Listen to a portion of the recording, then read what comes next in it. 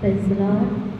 आज मला सगळ्यात जास्त गरज आहे की आम्ही हुशार राहणे, जागृत राहणे, प्रार्थनेमध्ये राहणे. कारण की परिस्थिती हे सांगत आहे की प्रभू येशू कधी येईल आम्हाला माहिती नाही, आणि म्हणून प्रत्येक वेळेला हुशार असणं गरजेचं आहे. लूक 21:29 सांगितलेलं आहे की अंजीर आणि सर्व झाडे ती फुटू लागल्यावरती तुम्ही स्वतःच ओळखाल की उन्हाळा जवळ आलेला आहे.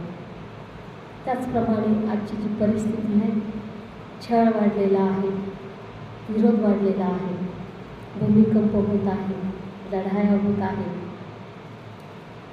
तेच सगळं होतं जे आपण पवित्र शास्त्र बायबलमध्ये पाहतो. आणि म्हणून आम्हाला अजून जास्त विश्वासात वाढणे, प्रार्थनेमध्ये वाढणे, जागृत राहण्याची गरज आहे. आम्ही झोपू नये, हरून जाऊ नये, यासाठी हुशार राहा आणि प्रार्थनेमध्ये राहा. त्या लोकांसाठी प्रार्थना करा जे विश्वासामध्ये आहेत. पास्टर लोकांसाठी प्रार्थना करा जे संकटामध्ये आहेत.